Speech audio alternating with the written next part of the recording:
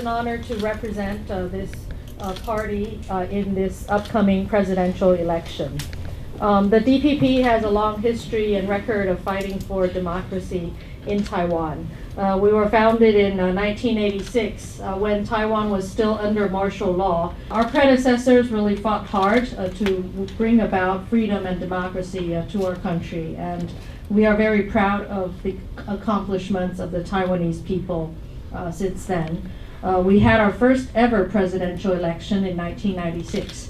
So we are indeed a young democracy. Now in this upcoming election, I'm bringing to the campaign some experience both in local politics, in different constituencies in Taiwan, as well as years of work in Washington, D.C., representing Taiwan in our relationship with the United States. In this upcoming election, our presidential candidate, William Lai, has reiterated on many occasions our commitment to maintaining the status quo of peace and stability in the Taiwan Strait. Of course, the coercion, the threats from the PRC pose continuing challenges to Taiwan. I say continuing because these are not new. When we had our first ever election in 1996, they took significant action, including missile tests in the vicinity. Our democracy presents a very different system of government, which unfortunately the people of China are not yet able to enjoy. But as we continue to refine our democracy, we will continue to also fortify our strengths in defense, our own defenses, our own security. We have also focused on our economic security. We will continue to forge stronger international partnerships, and we also seek to maintain a stable cross-strait relationship. These constitute the four pillars that our presidential candidate William Lai has presented. Those four pillars again are security and our defense security, economic security, international partnerships, and stable cross-strait relations. I do want to, in a few final words, express my appreciation for all the interests of our friends in Europe toward Taiwan. I believe, like our relationship with the U.S., our partnerships with European countries are also based on shared values and interests. Those values being our shared commitment to peace, stability, our shared commitment to human rights and democracy. And of course, we have a shared interest in global prosperity. And despite the unfortunate tragedies of conflict in Europe right now, in the Middle East, I think everything we are doing together is to prevent authoritarian governments from disrupting the democratic way of life of our people. But I must say that another component of that deterrence, in addition to fortifying our own defense, is international support. Consistency of international messaging. And on this point, we really appreciate President Biden for reaching out in his summits, whether it's a bilateral, trilateral, or in discussions with the G7, including a very consistent message, and that is peace and stability of the Taiwan Strait is an indispensable component of global peace and prosperity, and at that, generating a consistent global message to the PRC that the use of force is not tolerated. I think that is a very important gesture that helps us preserve the balance and stability that is sought here. The American president, Mr. Biden, and I want to kind of go into that.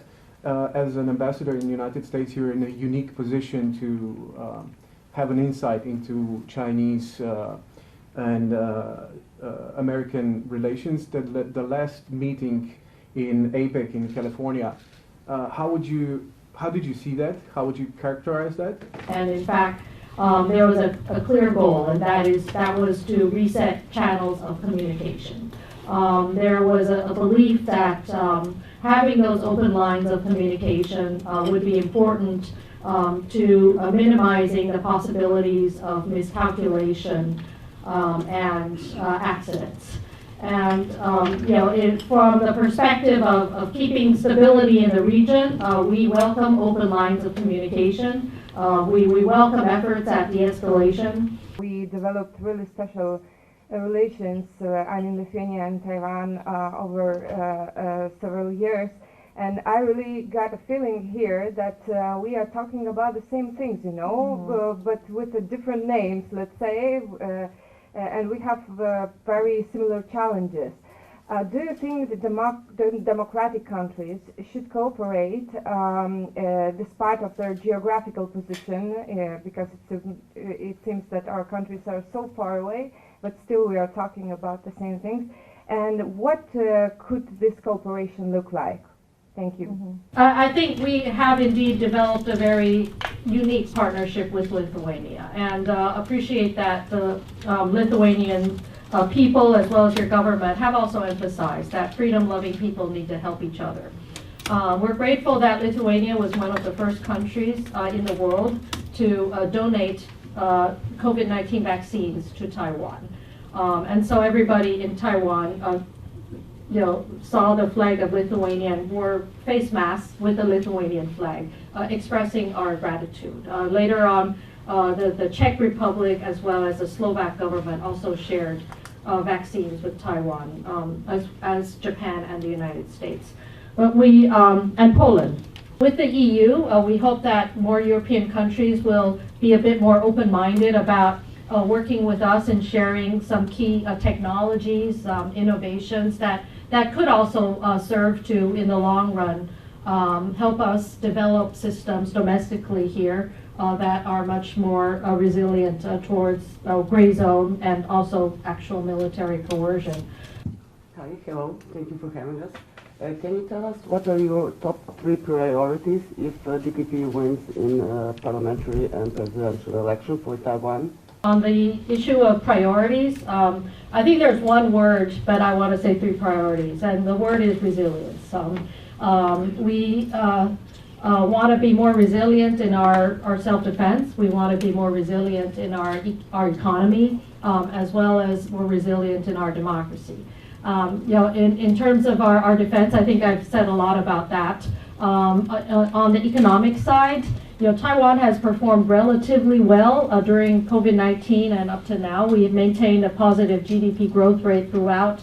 All the international statistics show that Taiwan has outperformed most other developed economies during this recent period of time. However, within our society, of course, there are those who have not fully enjoyed all of the fruits of our broader economic growth. And so I think we need to be much more careful about how we use those fruits. Should we go on, or if you expect, in view of escalating tensions maybe in future? On the third piece on democracy, we're facing all kinds of challenges that many of your countries may also face to our democracy. Disinformation, to keep our democracy resilient is ultimately one of the important aspects of our survival. So I think these are some of our broader priorities. And this is soy milk, which is a very healthy breakfast drink beverage in Taiwan too. I think the coffee savings as well. Well, coffee you're probably more familiar with.